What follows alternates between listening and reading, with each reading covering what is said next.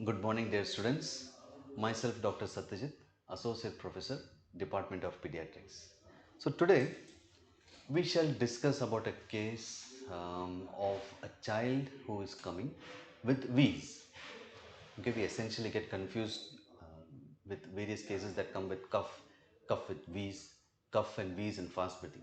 So we will declare or we will try to see that we are able to differentiate these cases and make it very simple for the exam and for your approach in the future. So now I have made a small case. Okay, let's see how we can tackle this case and move ahead. As you can see, we have a 7-year-old boy who has been brought by the mother residing at Kottayam and has been brought with the complaint of cough since 7 days and a history of breathlessness since 1 day.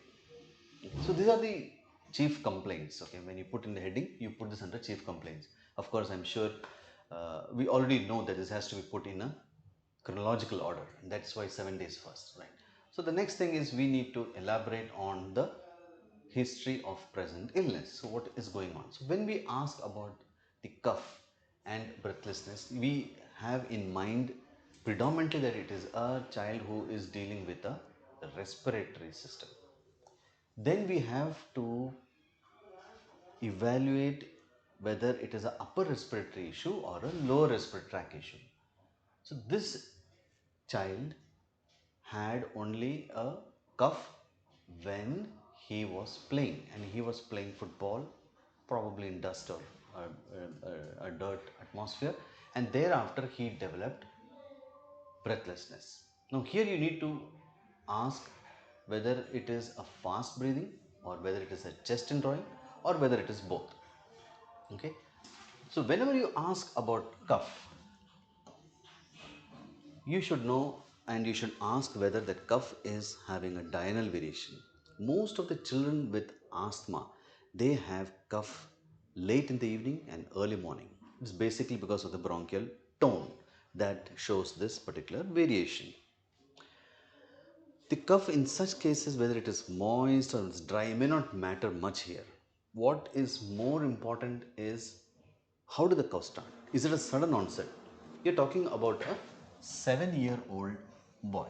So when you're talking about a 7-year-old boy and a sudden onset cough, there will be some kind of a trigger. It's the same thing with a 17-month or a little younger. Then you have to ask for history of a foreign body aspiration, where the child was playing with something in the mouth.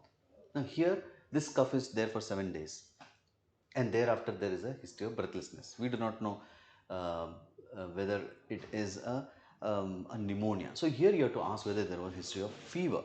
You have to ask if there is a history of contact with any person who had cough in the last 7 or 10 days, or I mean a little more. This child is 7 years and definitely is a school going child. So you have to ask whether there is a history of contact with any of his friends and they had fever or cough or maybe even rhinorrhea, because many of the viruses, they move in and then they can cause a cough and then followed by breathlessness.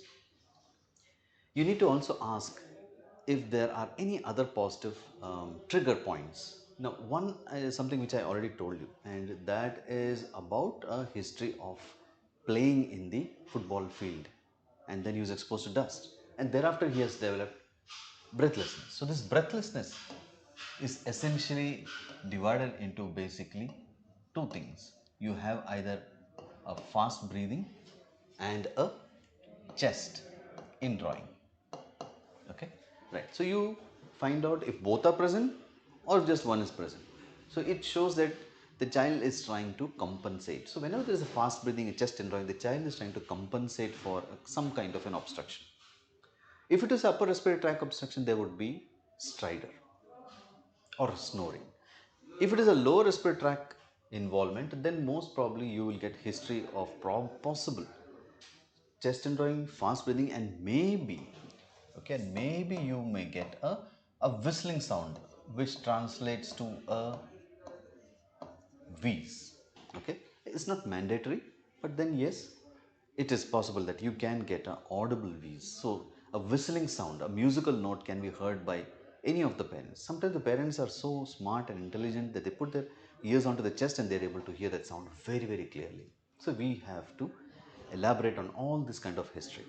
The other history which is going to be very contributive here is the history of triggers like exposure to other elements like smoke, okay, or history of exposure to pets, pet animals like a cat or dog at home, to history of birds. Many have this kind of birds at home as pets, and exposure to their feathers or even the animal dander can cause this. Do ask if there is exposure to passive smoking. Now that is very, very important here, because many times the history would be that yeah, the grandfather smokes but he smokes somewhere outside. Whether he smokes outside or inside, if he's exposed to that particular thing, the baby is a passive smoker, meaning that he's exposed to the smoke that comes out from the lung of that particular person. So this is one of the history that you need to ask, right? You have to also rule out, be very specific and ask whether it is definitely 7 days or not. Okay, because if the history was more than 14 days and then you have a fever, you must definitely rule out an infectious cause like tuberculosis, at least in India, right? So like I said, you have to rule out the negative history. You have to also rule out other illnesses, okay, basically infective etiology if there was a history of fever also. Like I also mentioned, you have to rule out the triggers. This is very vital. You have to rule out triggers. The other thing that I have told you is the presence of symptoms in the late evening or in the early morning. Not just that, you have to also ask in the 7-day period whether it was disturbing the sleep, whether it was there on all the days, or whether it was there only on 2 or 3 days. All this makes a point for the diagnosis and for the classification, because if you're going to deal with a child with asthma here, then you are going to find out how severe it is. If all the days, all the nights are affected, you're probably dealing with a severe persistent type of asthma. So here the day involvement and the night involvement becomes very, very important to ask. Okay, so this is something that you should ask. So when you have finished this much part of the history, you should be able to say whether it is a respiratory system involvement, whether it is a long duration involvement, or whether it is a child who has been exposed to a trigger, and you have to rule out an infective etiology. There's something else. You should not be biased. Whenever you have cough and breathlessness, do rule out cardiac disorders also. So do ask for history of edema. You have to also rule out a history of other disorders like nephrotic syndrome, because nephrotic syndrome, when you have low albumin, there is fluid that extravasates into other compartments including the lungs, and that can cause fast breathing. So you have to rule that out as well. Okay, so rule out other system involvement. Do ask if it's something that has happened only in the last 5 to 7 days, because some parents, they only exam, they only try to tell you the history of something which is going on where it has become hyper acute, and they actually miss out on so many other things which must have started 2 or 3 weeks ago. So please clarify on that. With this, most of the things you would have ruled out, and by now you are going to come to a etiology that this is probably involving the lower respiratory tract. Okay, by this time we should have come to that much of a conclusion. Okay, right. Then what we need to know is whether there have been multiple episodes in the past, because if such episodes have happened many in the past, okay, and has been admitted some 2 or 3 times with the same problem, then we know that this is a very predictive illness. Predictive illness means, it's an episode, there is cough and then there is fast breathing, and then the person gets admitted or is treated, and it gets treated fully. The parents are also going to ultimately reassure you that yes, this has happened many times. The child has required admissions. Do ask if they have got significant relief after the use of nebulizations, because most of the times we use a short acting beta agonist like salbutamol or albuterol. So when we use that and if the relief has been significant, that means you have caused a bronchodilation in a child who had bronchoconstriction. So most probably there have been multiple episodes in the past and they have been afebrile. Now that is something that you need to clarify. Have they been afebrile episodes, because if they have been afebrile episodes, you are most probably dealing with a non-infective cause which has been giving you so many episodes in the past which have been getting relieved with this kind of nebulizations or drugs. Okay, right. So the past history is important. In the past, if the child has had a significant loss of weight and all, then you have to again think of infective etiology. But however, in this case, there has been no fever, there has been multiple episodes after playing in dust or getting exposed to pets at home. We go to the birth history.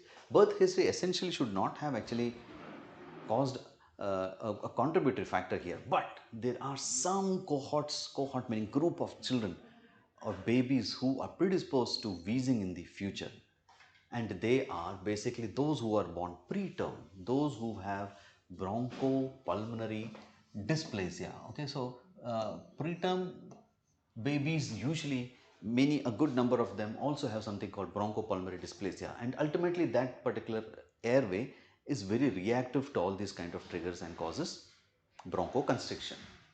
Babies who have had hypoxic ischemic encephalopathy, so where you have that kind of a baby, that means and if it has been very severe, the child is probably eventually becoming a child with a cerebral palsy probably, and thereafter also having a very severe respiratory involvement, recurrent aspiration, pneumonias, and such a child is prone to even wheezing. Okay, so rule out aspiration. So aspiration is a very important history that you should ask, which has happened probably in childhood till now, and also you need to also know whether in that particular period there was history of a regurgitation. If there has been regurgitation followed by wheezing, probably you are also dealing with GERD. Okay, that means gastroesophageal reflux disease. Now, you may be going to listen to this particular sentence that I am going to say multiple times, that all wheezers are not asthma, and all asthma need not always present with wheeze unless they become very severe. That is too obvious. Okay, so do ask for history of aspiration, ask for history whether the baby has been a preterm, whether baby had been oxygen dependent early on, and eventually had been a case of a bronchopulmonary dysplasia. Next is you have to ask about the development history. Okay, so in the development history, you need to know whether the child has a normal development or has multiple neurological issues. You know, like the one that I've been telling you, the child has been having a lot of frequent aspirations and has had, say, a cerebral palsy, had been a quadriplegic type of palsy where the cranial nerves have been involved. With each oral feed, the child is aspirating, and the child has got multiple admissions because of the same aspiration after food, then you are probably not having a normal child.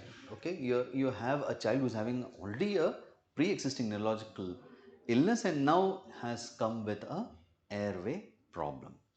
Right. Now, many of the times the history would be that the child is going to a school or a Anganwadi. Now, we know school and Anganwadi, you have a lot of children. So that is also a contact point from where the child can get cough and thereafter go into fast breathing or breathlessness and thereafter a wheeze. However, many viruses, they do cause this kind of airway problems and wheezing, and that is why you should ask if the child is attending school and Anganwadi and if there have been children who have such kind of illnesses.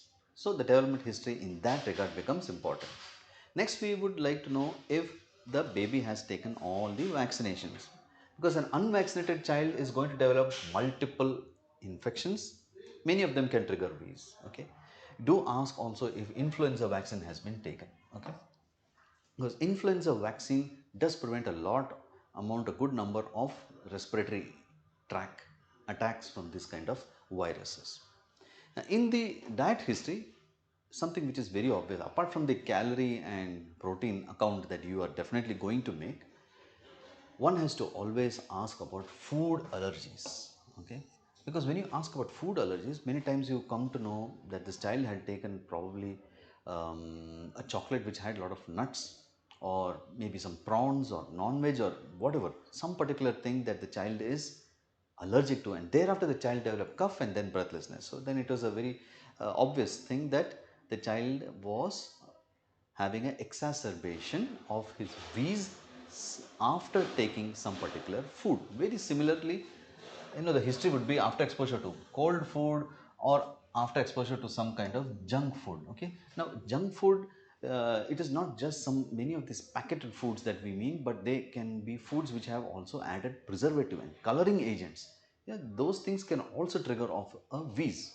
So all this history should be asked in the dietary history. So it is not just calorie and protein, but you need to ask about allergies, exposure to cold, because one of the major allergens that you have are dust, cold, and maybe foods. Okay, so these are major allergens that you have. And climate is a very big um, contributory factor, because when we realize that it is winter or in a rainy season that a child is getting more of the wheezing, it is very obvious that it happens less in the other climates. So there is a seasonal variation. Okay, so this is what you will ask for. Later on, you have to also ask whether any family members in the family history had a very many numbers of episodes of wheezing. Many have been labeled asthma, many are on, or some are on meter dose inhalers, maybe the sibling, maybe the parents, because asthma is inheritable to a great extent. Okay, so that plays an important role. And it also shows, you need not only ask about the history of asthma itself, you have to ask whether they had skin related disorders, or some have dark circles or those shiner signs, so you have a line across the nose. All that shows that there were people, or there have been family members who had atopy, they have atopic rhinitis. So all that would indicate that there are people and members who have allergy at home, and this particular child is also prone to allergy, eventually leading to asthma. Now, socioeconomic history is very important in the sense that we tend to road roll over that, and we don't pay much heed. But when you ask a history of the occupation of the father, you realize that he's probably working with wood, or he's maybe a tailor, and then we realize that he brings those things home and the child is exposed to all that. So all that can again uh, exacerbate the existing condition of a wheeze. So that may be a trigger, because once you know it is a lower respiratory tract involvement, you have to rule out whether it is a asthma or not. Because if it is an asthma, then you are dealing with some kind of a trigger also. Because the bottom line is, asthma, the prevention is the cure. You cannot sit and cure an asthma. It is not tuberculosis where you treat. Here you have to bring prevention into the play. Right? With this history of all this particular history that we have taken, the history part is complete. You won't ask, you don't have to ask any further questions. By now you would have come to a few facts that you should have known. One, which system is involved? If it is respiratory system, is it upper or lower? If it is a lower, is it a parenchyma or a airway involvement? Is it a reversible airway disorder? The one I was telling you, you are giving nebulization with salbutamol and it gets reversed. So you are dealing with a airway problem. So it is you have to bring it down to a very simple approach and come down to which part of the respiratory system is involved. So once with the history you have come to this point, the examination is going to tell you how severe is it, how aggressive your treatment has to be for now, and then how much is the prevention that you are going to offer. Okay, we are dealing with a 7-year-old child. So at examination, initially, when you go and see the child who is on the bed or on the chair or on the ER, wherever, where the child is sick looking, because if a child is panting, the child, at one look you can say the child is very sick or not. The child is not looking at your face, he's not at all active, he's a little drowsy, it means probably there is an element of hypoxia, he's very sick, and he's fast breathing, so he's trying to compensate, so he looks sick. Just by opening the cloth you can see there's a lot of chest indrawing, that is the retractions going on, so the child is pretty sick. So you have to first of all find out if your child is sick or not. Okay, because if the child is sick, you have to determine whether the child should go to the ICU or the child should be admitted in the ward. If the child is not sick, then you can determine whether the child should go home and how frequently should the child come and show you in the OPD after you have started the treatment. So the vitals that you must record in a child with a respiratory system involvement, wheezing, no wheezing, if it is a respiratory system involvement, the first is the respiratory rate. I won't go into detail of what is respiratory rate for a 7-year-old child. That is taken for granted that you know it, and if the respiratory rate is above a particular range for this child who is 7 years old, then you will call it as tachypnea. So essentially, if it is more than 30 to 40, it will be definitely tachypnea.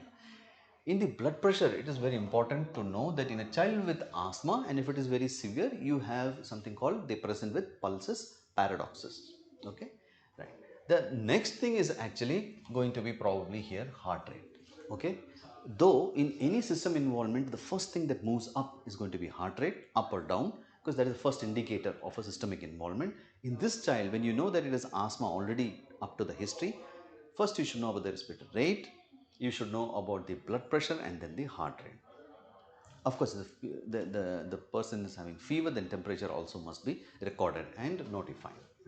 Now, after you have assessed that the child is tachypnic and the child is also using is also having pulses paradoxes, is having a tachycardia, you know the child is sick, the treatment probably should start right away. You shouldn't wait for the entire examination. However, if the child is not sick, then you do a detailed head to foot examination. You will look for signs of allergy from head to foot, if there are dark circles on the eyes, if there is shiner sign, and if there are very dry skin and atopic dermatitis, if there is eczema, all this shows that the allergy has been pretty severe, and probably the child is having signs of respiratory distress. So if the rate is more, there is tachypnea. If there is intercostal retractions, subcostal retractions, suprasternal retractions, all this shows the child is having respiratory distress. Okay, there may be Allanesi flaring, okay, and even the use of platysma. So it shows that the accessory muscles are being used. So it shows that it is very severe asthma. Okay, now at the same time, here you should also talk to the child, because with the child you talk and the child is not able to talk properly, that means he is having even more severe. So the talking of words, number of word output, phrases, sentences, as per the age of course, will tell you if the child has severe. In a child who is very severe, he barely can talk. In a child who is having moderate severe asthma, he can speak in phrases. If he is able, if he's having just mild exacerbation, he will be able to speak in sentences, maybe slowly, but he can still speak in sentences. Okay, so with that you determine how severe it is. Now, anthropometry at that particular point of time, especially if it is only an exacerbation of wheeze, may not be extraordinarily helpful. It will, if there is a gross variation, that means in the weight and the height, shows that there is malnutrition and there is stunting, then this wheezing problem has been chronic. That means it has been there for a long time. Probably the child has had it for years and not been able to get a sufficient relief of the particular symptom adequately. Okay, so that means you know that the treatment of the present problem may not be a complete solution. You will have to offer preventive medications. The next thing is when you do a detailed systemic examination, you do of the respiratory system. It's very obvious here that we are dealing with the respiratory system. One thing that I have not mentioned is you should be looking for pallor, icterus, cyanosis and clubbing. If the child has severe respiratory involvement, there will be cyanosis, which indicates hypoxia. What is hypoxia? Hypoxia is a saturation less than 94% in room air. Okay. Now in such a child, if you give oxygen, the saturation should go above 94%. That means you are doing your treatment well. If the child has had clubbing, then you should suspect that this is not just an airway but also a parenchyma problem probably, and it is lasting for a long time. Even it could indicate a cardiac issue. Okay, a cardiac issue meaning a cyanotic heart disease. Like I said, in this child there was no cyanosis and there was no clubbing, no pallor. Let's move ahead. In the inspection, you have to start from the upper airway. So you do a detailed ear, nose and throat examination, and in this child it was normal.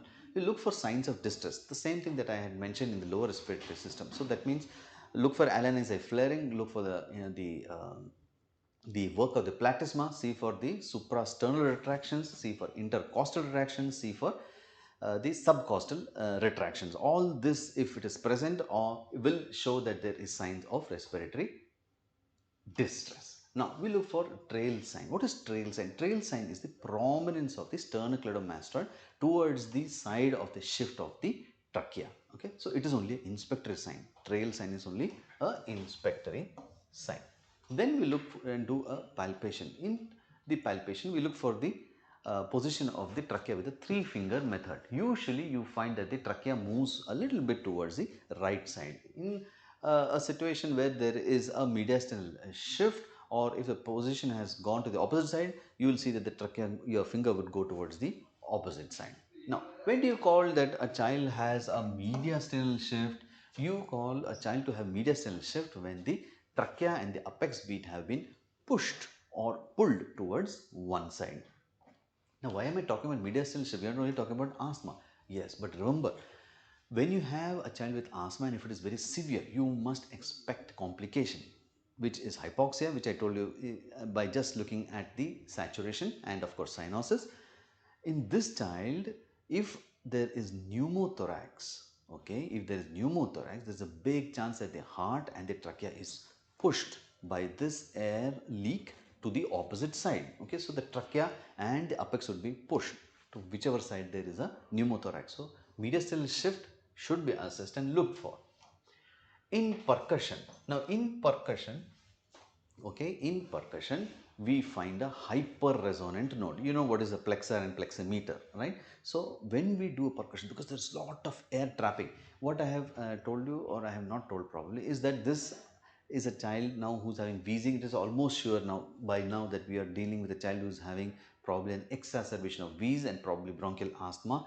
So there is air trapping, there is bronchoconstriction. So when there is a bronchoconstriction, there is air trapping in the distal part, mainly the alveoli. So alveoli keeps on getting expanded and expanded. There is air trapping, just like a balloon.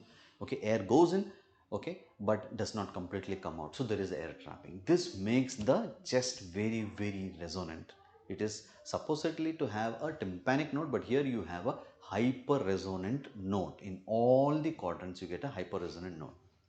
Now, another question can be, what if there is hyperresonant note? Yes, but one side it is predominant. If it is too much on one side and if there is a mediastinal shift, then you must suspect that there is a air leak that has already occurred. You are probably dealing already with a child who is having a pneumothorax. So that is a emergency situation. You probably have to put an intercostal drain and take the air out. So that is in percussion. Now, what you get in auscultation? Now, during auscultation, what happens is normally you should have a vesicular breath. So, in the vesicular breath, you have a prolonged inspiration followed by a short expiration, and there is no break. Okay, there is no break.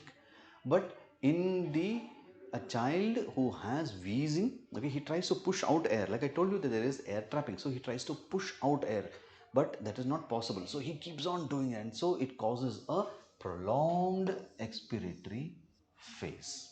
Okay, so there is a prolonged expiration. It is very obvious. Sometimes you see he's taking breath like so the expiration is very prolonged. Okay, so that is very obvious. Now apart from this, on the auscultation, what else you will get is the obvious sound, which is the glamorous sound, which we can say in asthma, and that is wheeze, because we always tend to immediately auscultate and wait for a wheeze, but you have to be very systematic. Okay, when you do it systematic, you won't miss any finding, no, you won't miss any complication as well. Okay, your diagnosis would be perfect. So you will get the adventitious sound, and that is basically a wheeze. Okay, you get a polyphonic wheeze. Okay, you have something called a monophonic wheeze, which can happen when you have a foreign body aspiration. All right, so this will finally give you into a differential diagnosis. So you have basically a child who has a differential diagnosis with a wheeze, but in this child multiple episodes were there, and this child is a known case. This child has been on some medications, this child is getting relieved very often, and this child had an exposure to dust. So you have a trigger, you have a relieving factor. All this tells you that there is a acute exacerbation of bronchial asthma. So it is very, very obvious. So it is a acute exacerbation of bronchial asthma.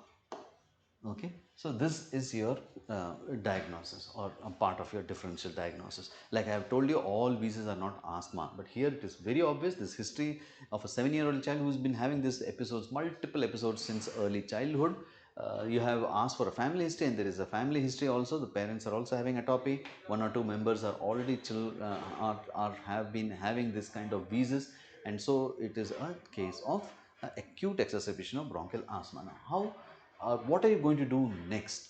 What is the test of choice for bronchial asthma? What is the test of choice? For example, if you have probable TB, you have got a sputum for which we do the CV-NAT. Now, what is the test of choice? You should remember that there is no specific test. There is no specific test, okay, which will tell you that if it is present, it is asthma. But there are tests that will help you to contribute to tell you that this child has asthma, because it will support you. What are they? So number one is X-ray. When you take an X-ray, chest X-ray, you will get a hyperinflated lung field. Okay, so the lungs would be hyperinflated. Okay, so that is there. You will find that the heart, which should be like this, becomes tubular because it is getting pulled down. So that is one. In case you are going to face a complication, you will be able to see even a pneumothorax. But always pray that we don't get such kind of a complication. And X-ray is one. The next thing, if the child is very distressed, you will do a ABG. So when you do a ABG, what would you get? Okay, you in an ABG you will get a child with respiratory acidosis.